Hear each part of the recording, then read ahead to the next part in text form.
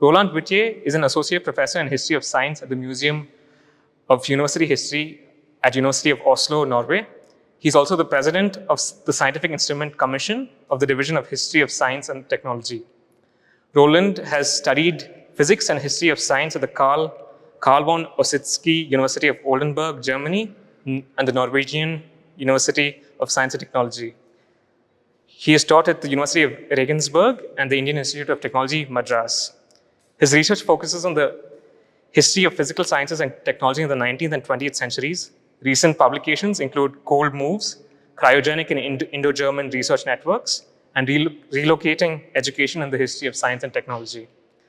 Thanks for being with us, Roland. Thank you very much for the introduction, and thanks for being here. Obviously, it's not a very big audience, but that also has advantages.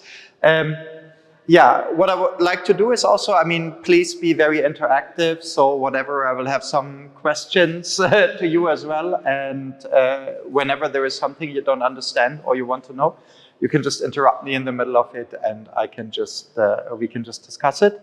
And and also finally, I would like to take you. Actually, I wanted them to bring one instrument here, but that's a lot of times it's not very easy in a museum setting like this here, right? Like it's in a showcase, so they said, oh, it's very heavy, we cannot just bring it down here. So I'll show you later which instrument that is. It's what we have identified as the altitude and azimuth instrument, a type of very large theodolite that is part of the exhibition here. But we can just start with that. So what are scientific instruments? Anybody has an idea? What are like typical scientific instruments? And yeah, sure. And what do they do? Yeah, it's a tool to explore. Sorry? It's a tool. It's a tool, yeah. What do you do with scientific instruments usually? Maybe explore science and but how? Okay. They're to explore science, and we're not going to go into what science is, but the Science Gallery does some of that kind of stuff. But what are typical activities? How do you explore science? We have some key understanding or hypothesis that we're going to test, or we're going to see some collect, capture data using. Okay, capture data. Yes. So typical examples would be, I don't know. We have lots of typical examples. I don't know. Telescopes, microscopes, thermometer, for example, right? A lot of these things, balances. A lot of these instruments we also use in activities that we usually do not call scientific, right? Like a lot of measurement instruments, like thermometers, everybody uses, right? Like try to find out what's the temperature outside. That's probably not a scientific activity. So it also a lot of times depends on the context, what becomes a scientific instrument and what's not. A lot of theodolites, for example, they are used in construction, right? Like we can just go out. Bangalore is full of theodolites, right? Like we go on construction sites and we see they use kind of small theodolites. For construction, that's technology, that's engineering. We would probably not consider that a scientific activity, but obviously the borderline is kind of floating, right? Like if you think about the great trigonometrical survey, right? Like we can ask that, okay, what's scientific about that kind of activity? But we have usually instruments do what is observation, right? Like observation is very clear. Measurement, but not all instruments measure, right? Like if you just take a telescope by itself, it just helps you for your observation, right? Like it extends your senses, it doesn't necessarily do a calculation. But then with a lot of instruments and also with telescopes, if you have some other things attached to them, you can do measurements, you can produce data, right? Like talk about data today, and specifically quantitative data, right? A lot of instruments are related to experimentation because a lot of what we do in science is not observation. Obviously, we do a lot of observation in the field, but a lot of it is also creating scientific effects that we then measure. If you think about particle accelerators, for example, the accelerator itself, obviously it's a scientific instrument, but it first and foremost produces the beam. Then we detect by detectors. So they're used in experimentation, observation and experimentation. But also a lot of instruments do calculations. They help us to calculate. There are also modeling. A lot of instruments are used in modeling, and today we have a lot of digital modeling, but you can also go back in history and you see a lot of what we could call analog modeling, or you build a model of something, right? And you can do that in research, but also in teaching. And this has been an important point for me all the time. If you look around, a lot of the scientific instruments we find, they're actually not used in research, but they were used in teaching, in the dissemination of science, right? Like, so we have one instrument here, which I would also call then a scientific instrument, which is the projector of the planetarium, of the Jawaharlal Nehru planetarium here in Bangalore. And that's also a scientific instrument because it teaches people about science, it teaches people about astronomy. And in schools we usually have, we could say, I mean, good science teaching actually lives off that it's very hands-on, right? Like that it's not only, you don't only learn in theory, but you also learn in practice, right? And so basically, I mean, without scientific instruments, you can say, yes, obviously we can do some observation, but without instruments, there is not much of modern science, right? Like not much of modern science would actually exist in the world without extending our senses, without quantification and all these kind of things. And typical activities are obviously observation, but also what is very clear at the core of our modern scientific activity is the lab, the laboratory, right? So you can also say scientific instruments because we talk a lot about technology today and about technoscience and stuff, right? Like, and you see also that scientific instruments, they're at the same time as they're kind of scientific tools, they're a piece of technology by themselves. And a lot of what we can do in science depends very much on the kind of technology we have available. But at the same time, also science and scientific activity with scientific instruments drives technological development. So what you usually see is this kind of duality that obviously scientific instruments depend on technology, but they also develop technology further. And then specifically, if you look in the history of science, there's something that in India is very often forgotten, but a lot of historians of science have worked a lot on. And in other contexts, that's actually the relationship between science and craft and science and art. Anybody has an idea why I would say that? Usually, like when I taught, like I taught for 8 years IIT engineers, right? Like at IIT engineers, if I asked them what's technology, they would always say, oh, it's applied science, right? But there's obviously an older understanding of technology that it puts technology much closer to arts. You also say arts and craft. And how would that be related? Any idea? For any design and drawing. So? For any design or anything in drawing. Yeah, but not only drawing. Who's building these things? Who's building a thing like this here? Who's building that? They're usually these things. This is around 1850. We can come back later to that. We can look at it, right? Like around 1850, Troughton and Sims, the guys who were sitting in the workshop who made this thing, they were not scientists, they were craftsmen, right? Like, and obviously this is kind of post-industrial revolution, starts in the 1750s. In the 1750s, you couldn't build an instrument like this, right? And if you look at the Industrial Revolution, and this is what historians of technology have talked a lot about, it wasn't really science-based. There's this famous saying, science owes more to the steam engine than the steam engine owes to science, right? Like the steam engine was invented by practical men.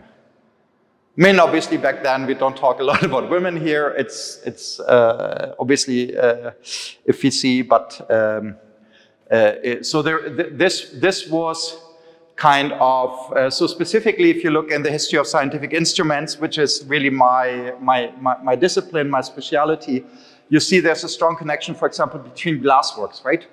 Glass blowing and lens grinding for making telescopes. There are some very famous stories about, specifically in Germany, about Josef von Fraunhofer. He got knighted later. And he was a craftsperson, and they made a achromatic lenses that were better than other kind of lenses that you could make, and they basically came through practice and through craftspeople who made these kind of lenses. And through these lenses, actually, Fraunhofer then discovered the first spectral lines. As I said, not university-trained people, scientists, but somebody who came from the practice, right? And I think one of the examples you will see here of this close connection in the exhibition is actually Raman and the drums, right? Like obviously drums, musical drums, they're made by craftspeople, but craftspeople who make musical instruments obviously know a lot about acoustics. And if you see the development of scientific instruments in acoustics was very, very closely related to musical instrument making, right? So if you really look at specifically 19th century instruments from acoustics, they're very closely related to musical instrument making, right? So yeah, so we have a number of instruments that also specifically I looked into. You've already heard that I'm an advisor for the Science Gallery here as well. So I've also kind of looked into this instrument, right? Like, and tried to figure out, okay, try to tell the mediators here as well. Okay, what is this instrument here, right? Like, and how does it work? And then you kind of start studying the instrument, among other things, right? Like you find there is actually an inscription on the instrument, even though it's very, very hard to read, but it's like Troughton and Sins, London, right? Like this is actually redivided. So this is a circle here where you have a grating, right? And you can measure angles, and this circle needs to be divided, and it was divided by Troughton and Sins. But I think actually the whole instrument is made, if you look at the instruments made by Troughton and Sins, which was a known London instrument maker and specifically worked a lot with the East India Company, made a lot of instruments. Obviously, the East India Company historically used a lot of instruments in navigation, for example, right, like for all the ships. But then also the kind of relationship between, you can say, instruments and colonialism, right? Like how do you measure up your land, and how do you figure out, for example, that Mount Everest is the highest mountain, how high, first you can measure how high Mount Everest is, and then also you can say it's actually the highest mountain on Earth, right? Another instrument I looked at was this photometer by Otto Töpfler in Germany, which is around 1900. This is about measuring the brightness of stars or other kind of the moon or the sun, right? Like you do astrophotography, you have a plate, you put a plate of a photograph and you compare it to a known source and you can figure out the brightness of stars, right? So how can you study scientific instruments? Obviously you can read their manual or whatever, right? Like, but you can also study and you can really learn a lot by studying scientific instruments themselves. And this here is actually from the Canada Science and Technology Museum in Ottawa, 2009, where we had a summer school for students who wanted to learn, because usually as historians, right, like what you learn usually as historians, you go to the archive, you read written sources, but you're not very good at studying objects. And I followed specifically a group of PhD students, Dorothea and Devon, who looked at one object, and what we gave them, we just gave them the object. And this is basically a radio sound that was used for balloons or kites, and it was kind of flying up. And it was kind of measuring, very simple, it had to be very light, because obviously it was flying up there, but with these kind of devices here, it was measuring temperature, air pressure, whatever, right? Like the balloon was flying up and you could get some data. What was very interesting about this instrument, also what we figured out on the way, right? Like it had this radio tube in there. And it was registered wrongly, right? Like we read the record in the museum, and the record was wrong. Because it said it was a flashing light bulb, right? Like we said, no way, this is a flashing light bulb. This is a radio device, right? So this is actually a newer, an advanced sound. Because earlier you had to sit there with the theodolite and you had a flashing light, and the flashing light would give you like the data. Here you actually had a radio device, so you didn't need to sit there with the theodolite anymore. You didn't need light to get the signal from the radio sound, but you could actually get it through like a radio receiver, right? So kind of very interesting.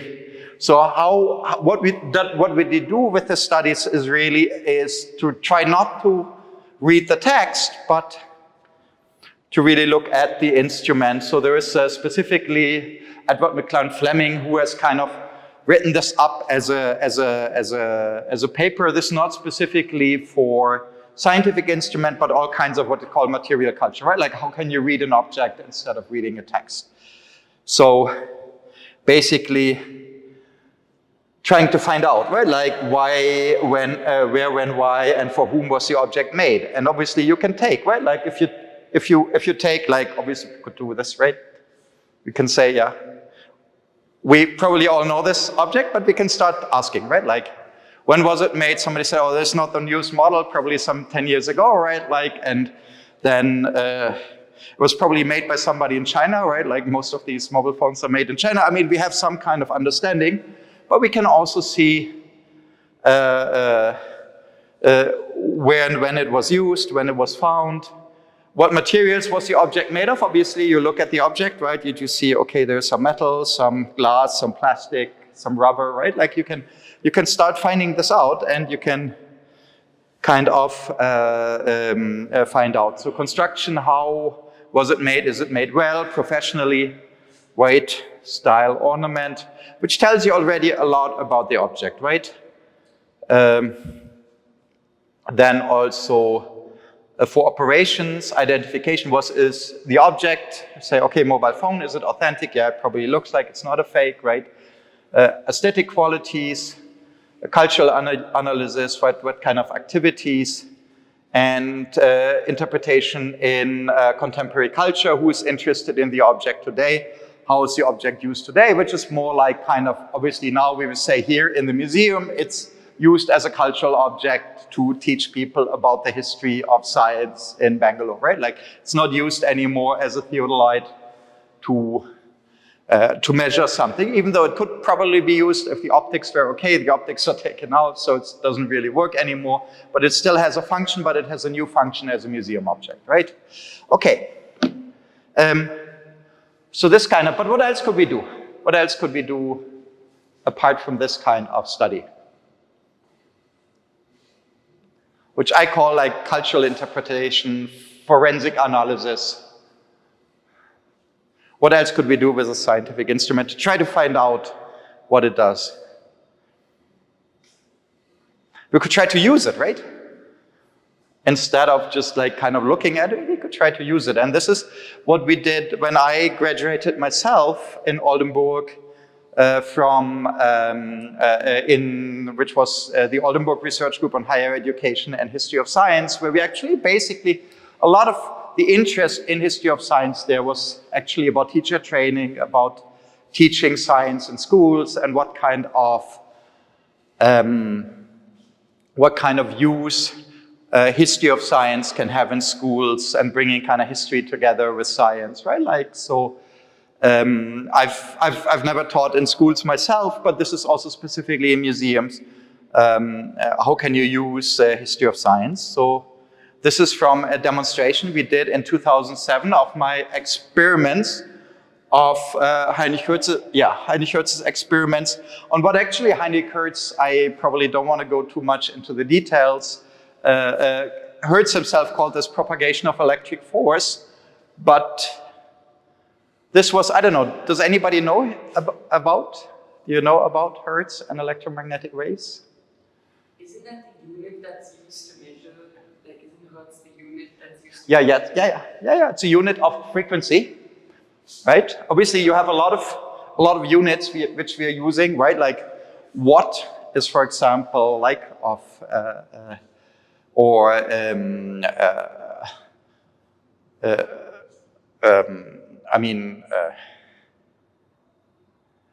you have a lot of scientists, you have a lot of famous scientists, right? Like if you have, for example, like the Planck constant, if you go to quantum mechanics, or you have like joule, for example, as a unit, or you have volt as a unit. These were all kind of famous scientists. I'm not going to mention all the scientists, but you have a lot of times that units, measurement units are named after, and also effects are named after scientists.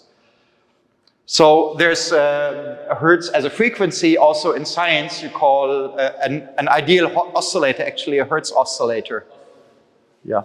So hertz has become quite famous with these experiments, which we were then redoing actually 30 years ago.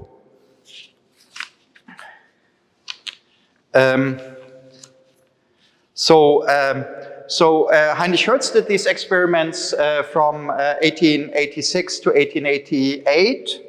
The scientist didn't become very old, also partly probably because of his experiments, which damaged him. So sometimes dangerous to do experiments. His eyesight was definitely damaged. He was probably mercury intoxicated. He's always used a lot of mercury. But he was like a German physicist who died in 1894, but before that from 1886 to 1888, he did a series of experiments which not only made Hertz famous, but also brought something new in the world, and it really, really changed the world. So this is the only remaining photo that he took himself from his setup. And so today, Hertz is credited for the discovery of electromagnetic waves. So the first time that electromagnetic waves were produced with a kind of artificial device. Today in radio technology, we would say this is a radio transmitter, so this would be your antenna. But it's really wrong to use these kind of terms, and this is really what you find out, because Hertz was actually not looking for electromagnetic waves. But so what he's known for is this kind of, it also has become a canonic experiment. If you do a lab course in physics, an introductory lab course, a lot of them, they have these kind of sets to produce these kind of waves, right? Like, so it's proof of Maxwell's electromagnetic theory of light, on the Maxwell equation, which now every scientist, or every physicist at least, an engineer, if you deal with electrical engineering, have to learn. They're still kind of valid, and also they were important for first radio communication, then radar, right? Like as a very important, not only military technology, but also today technology for if you're flying, right? Like to spot aircrafts or ships. And today, obviously, all our mobile technology all relies on electromagnetic waves that propagate in free space. So, and in Oldenburg, we did quite a few of these kind of experiments, but so I chose the Hertz experiments. So what I did was, like every good historian does, I went to the archive. I mean, okay, I got the publications. Hertz has published about his experiments. Other people have published about it. You read what other historians have written about it. Quite a lot written about Hertz. You go to the archive, which is usually the place where you go, right? Like the university archive, state archive, different kinds of archives, right? And you find things like the correspondence. So there was a lot of Hertz corresponded with other scientists. But also he had lab notes, very interesting. So he had lab notes of his experiments, which are actually written for himself, right? Like the kind of memory of yourself. When you record, you have a lab book, right? Like when you do experiments in the lab. And he also had a diary. And obviously these were all very interesting sources, which I used. But I went further to go to the museum. This is from the Deutsches Museum in Munich. These pictures are a bit older, but the instruments are still there. So you see, right, like this instrument here, right? You see there. Other instruments are missing there, which is a different story. But you see this here, this what he called his primary circuit, which is basically the transmitter of the wave, is there. And these were then secondary circuits, or you can say detectors, right? Or receivers of the signal that comes. So I also went to the museum, and then I made replicas. Not everything is a replica. The induction coil here, which is basically a high voltage source, which kind of produces then also The wave that we used in original, it was like already when I did the experiments around 100 years old, but we decided we could use it. There are quite a few of them around. But for example, I didn't replicate the battery, right? Like I used a modern automobile battery, and then we say, okay, that's not the original battery that Hertz used. Hertz used Bunsen elements, but we probably say it's not gonna make that much a difference, but obviously you never know. But I built this here, right? Like I built this kind of device with metal spheres and a wire and a spark gap here in between. And this year I built this thing, which is a spark micrometer. This is glass, right? Like, and then you can measure little sparks here in this, that are then induced in this circuit here. So I started doing that. And I also went, let me just see. When you rebuilt it, did you stick to the same form, material form that Hertz did, or did you change your material based on what you had available? No, I mean, you try to be, as long as it's easily available, you really try to do, okay, what Hertz did, right? But what I would also say, I'm not claiming I'm recreating the past, right? Because obviously I'm not Heinrich Hertz. I know very different kind of things. Hertz, for example, when he did these experiments, that was before he actually found out that what he created were electromagnetic waves. He was not looking for electromagnetic waves. There was some older theory in Germany by a German scientist who's not that well known anymore, Wilhelm Weber, which was kind of a generalized Coulomb and Ampere law, like Coulomb and Ampere, who are both French scientists that were basically based on action at a distance. If you look at the Maxwell theory, that was actually based on the idea that there's an ether, which we don't believe anymore, right? Like, but Hertz electromagnetism is basically a fluid mechanics of the ether. And this kind of Faraday before, right? Like what we call today field theory, but Hertz didn't really understood it that way. He started really reading, and also Maxwell, that's the thing, right? Like if you look into the historical record, Maxwell never wrote down the equations that we now call the Maxwell equations. So that was through the historical development. So Hertz had like kind of some older theory, and specifically because he was not coming from field theory, he thought the kind of induction, the kind of effect, you will only be able to measure very, very close to your source. And if you go further away, there will be nothing. Because according to the Coulomb law, the force goes down very, very quickly. So there will be nothing in the other corner, right? But then what he figured out through his experiments was that this was not the case. And this is from the publication. You see here again, there is a schematic thing, right? Like there is this ring here and the spheres again, right? So you can go back here, right? Like here's the ring, which are then also replicated, right? Like I built a ring like this with a spark gap in the middle. So this from his publication, but what you already find out if you compare the publication to the lab notes, that he actually uses a different, even though in the publication he talks about this primary circuit with the spheres, but he actually uses this one. So they're kind of like different instruments, right? Like, and also obviously if you want to redo the experiments, you really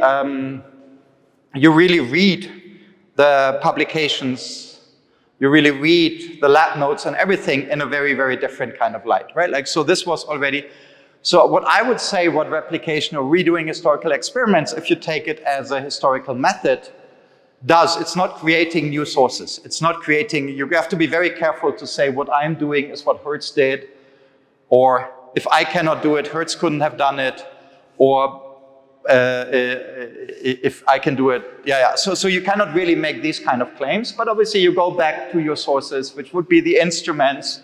There's sometimes also discrepancies, as I've kind of tried to explain here, between the instruments you find in the museum and the text, right? Like it's not always that you can say the text, historians usually are very text-oriented and they think the text cannot lie, right? Like, but obviously you find out a lot of times that what happens in the text is wrong, so that then you kind of have to study these different kind of sources together, right?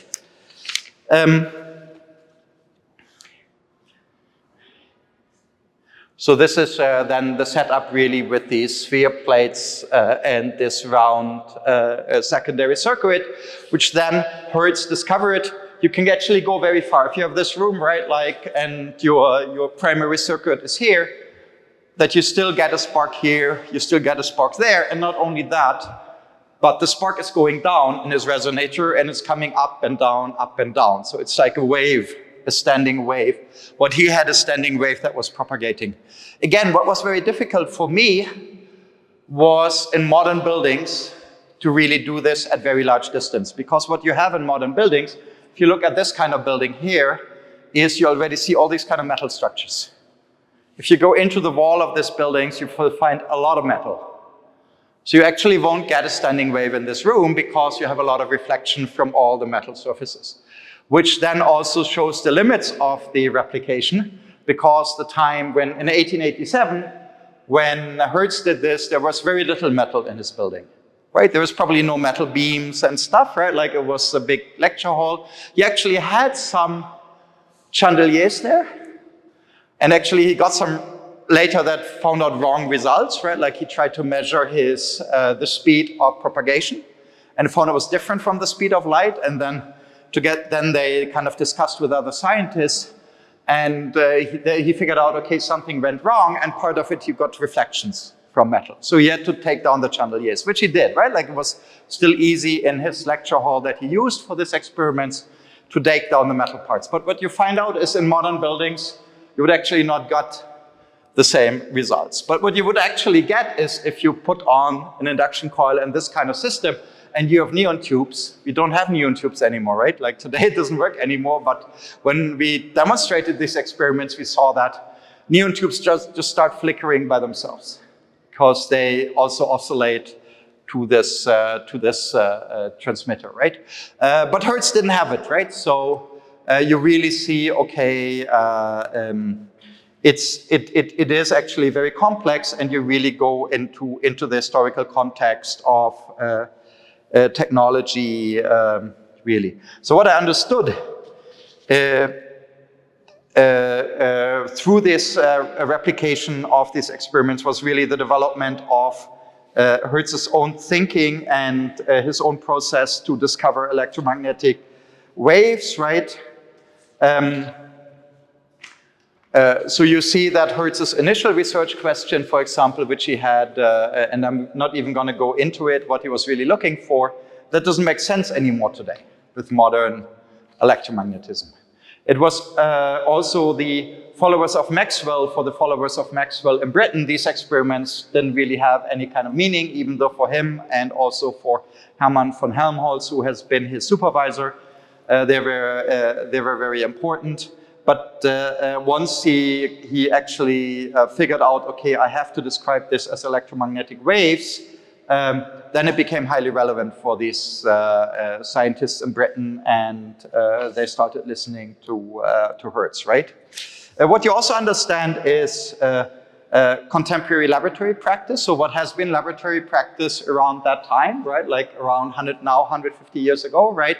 And it's very different from modern laboratory practice. So when I started in the 90s, I was starting to do these experiments. I actually put up an oscilloscope because that's what you do if you do electrical experiments, right? Like, but then you find out what are you doing there? It doesn't make any sense in this kind of context, and you really have to rethink how you measure things in the laboratory. But for a contemporary physicist, for a physicist of like Hertz's colleagues, this all made very much sense because there were very similar kind of instruments and measurement techniques they were using. So yeah, that's also, I mean, it's really very interesting what you learn about the kind of skills you need to do these kind of experiments. It's not very straightforward. You find out that these instruments, even though in the historical reconstruction you have in the memory of physicists, Hertz experiments are kind of ideal experiments and the kind of ideal oscillators. But what you find out is that these instruments are actually not very ideal instruments, that they're in the terms of the physicists, they're very noisy. They produce actually more noise than signal. But so it takes a lot of skill really to measure the signal in the noise in this here, right? Like, so Hertz was obviously a very skilled physicist, but even him, it took some years to really understand what was really going on here. But it's also not that, like, in order to do measurements and to do experiments in this time, it's obviously not trivial, but it was a very highly skilled activity, and it was kind of the edge of what you could really measure and discover at that time. What you also find out is a lot because, I mean, to me, it's still a very interesting thing, the kind of relationship between instrument, experiment, and theory, right? Like, how does this actually relate to theory? How does the kind of messy thing that you measure in the laboratory actually relates to theory? And the interesting thing in Hertz's case was really that all three things were in free flow. I mean, his instruments, right? Like how he interpreted his instruments and even how his instruments looked, they were constantly changing through the experiments. His understanding of theory was constantly changing. And what he did with his instruments was also changing, right? Like, so how do you get these kind of things talk to each other, right? Like, how do you actually produce a proof? How can you prove or how can you disprove a theory? How can you produce something in the laboratory here that's, in a way, at that moment, and that's true for a lot of these kind of experiments, very fragile, right? Like, what you're producing here is very fragile, because you're expecting something very different. Your paradigm has to shift, right? Like, what you're actually seeing, this really results into that you can say, yes, I can prove a theory or I can disprove a theory, right?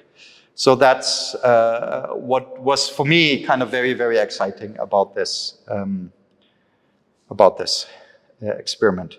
I just wanted to show you also a short video. This is a kind of a different experiment. This is something I did only in 2 weeks. I mean, with the Hertz experiment, it took me 1.5 years to do this. This was with a colleague, with Paolo Brenni, who's unfortunately no more, at a museum in Florence, in Italy, in 2015 and 2016, but it took us still 2 weeks. So what we wanted to do was kind of a very classical experiment, which was then already like, this is from a catalog of an instrument company that's selling specifically didactic instruments. So this was a very common experiment that was shown in lectures before the First World War, around from 1900 to, you can say, the First World War. And it's basically a carbon arc lamp. So you have an arc, it's like welding, right? Like, and so again, you get a spark here and it makes a lot of noise. It doesn't make any noise actually if you use continuous current, but if you use oscillating current, you can hear the oscillating current. And what people also figured out, this was a rather common, no, I don't have that image, but this was a rather common lightning source. So before you had, we all know, like the incandescent lighting bulb, but this kind of arc lighting was also used for street lighting, was used for projectors, all kinds of things. And then people also figured out if you don't really have a very continuous current, you get a noise. You get a hissing on the arc, but then they also found out if you can modulate that frequency with a voice, right? Like if you can modulate on this continuous current the frequency of a voice, you can use this as a loudspeaker. So this actually becomes, the arc itself becomes a loudspeaker, which is a very interesting, it's still, today it's known as a plasma loudspeaker. I'm not going to go into it, but like the thing is, today, people who use plasma loudspeakers today, they use it in a very different way. And also what we found out through redoing this experiment, that this year is actually electroacoustics in a very different way. Because if you do electroacoustics today, it's usually high frequency, low current, and low voltage. This year is continuous current modulated with an audible signal, very high current, several amperes, up to 10 amperes, and very low voltage. So totally different kind of, still electroacoustics, but a very different kind of electroacoustics. So this was the thing, and I'll just show. So we went to Florence and started to dig out. So here we used mainly historical instruments. We didn't do any replication. We had some things like this was a wiring diagram, right? Like from the producer. This was from Max Kohl. And we try to kind of find out, right, like how this works. And we both have read about this experiment. I've even written about this, and I thought I knew how it works. But then once you try to do it, you find out you don't, right? So this was our telephone here. This was a small induction coil or a transformer, but we never really we tried to figure out how it works, but we never really figured out. This was our carbon arc lamp, right? Like, so we have a lot of carbons here. So the carbon becomes conducting, right? Like, and then you get a very bright light. Yeah, this is a crater in one of the carbons. So this is the bright light you get. So you have to use glasses, like welding. You have to use glasses in order not to burn your eyes. But the first mistake we did, actually, because we wanted to take a shortcut, because usually in the old days people had very large batteries in their basement, and they had very strong continuous currents, which you don't have in labs today anymore. So we thought, oh, we just use a transformer, right, like, and a rectifier. But the problem with the transformer and the rectifier is that the resulting current is not very flat. You still have some alternating current in it. And obviously in this system you hear that. So we had like a boom going on in our system all the time. And then also we tried to use a modern condenser at some point, and this was the result, which also shows that we didn't know what we were doing, because our condenser exploded. It was going like boom, right? Like, and then people came in and wondering what the hell we were doing, right? And we actually claimed we were working with all these historical instruments, that we knew what we were doing and we were not destroying anything. But obviously here, unfortunately, it wasn't a historical instrument we destroyed, but the modern instrument. And then we found this kind of historical condenser also, which actually Paolo didn't know that he had in his collection, which was in his basement. And this was useful because it was this kind of old condenser, and it was built for these kind of things. Very similar with the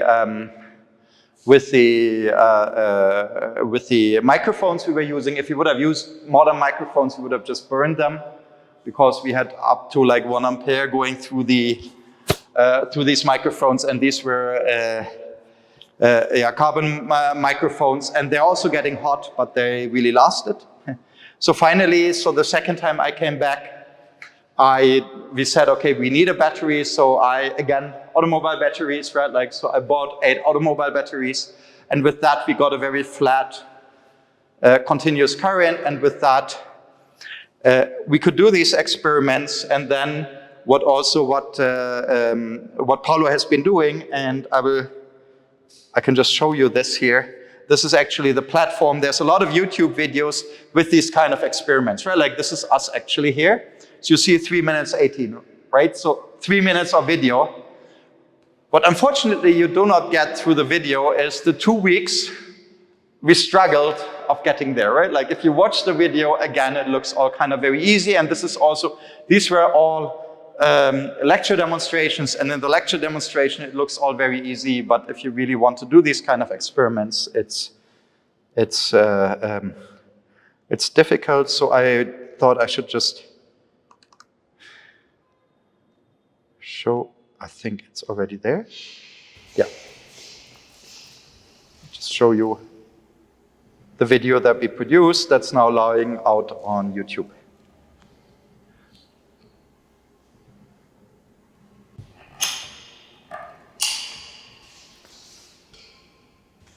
So we decided not to have a voiceover, so I can be the voiceover. Now there's a text down there, but you will hear. So you basically go into a different room with obviously elsewise you wouldn't hear that. So you have the microphone, and Paolo will then talk into the microphone, and then you can hear the sound. And this was actually the light filter I used, because it's very bright light, right? And the sound you hear now is actually the sound we recorded, not what Paolo was talking. So we put the microphone next to the arc, and you get the sound in the arc.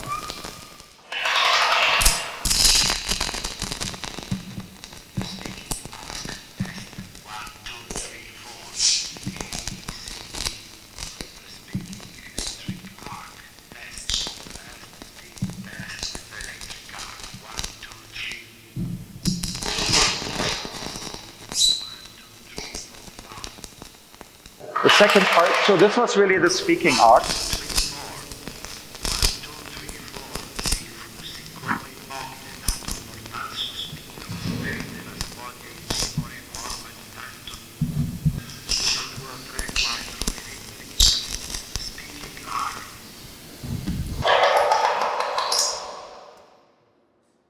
And this here would be then the singing arc, which was more like, I mean, people also presented this as a kind of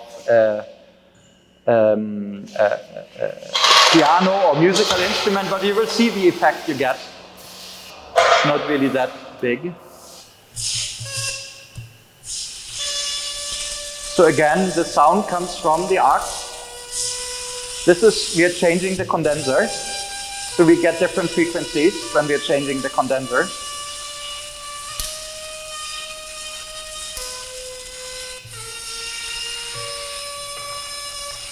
Not a very nice sound, right? Like, but and this here is a coil,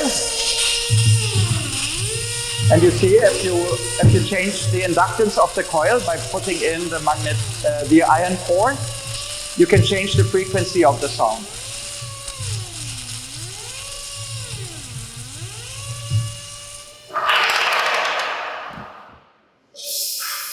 Yeah. So this is the experiment. As I said, there is a lot of historical experiments that are out there on the video channel, and that's basically my presentation. I think we also come to the end of the time, but obviously we have lots of time to talk, and I would like to go up with you to the altitude and azimut instrument, and we can have a look at the instrument and discuss the instrument up there together, if you're happy to do that.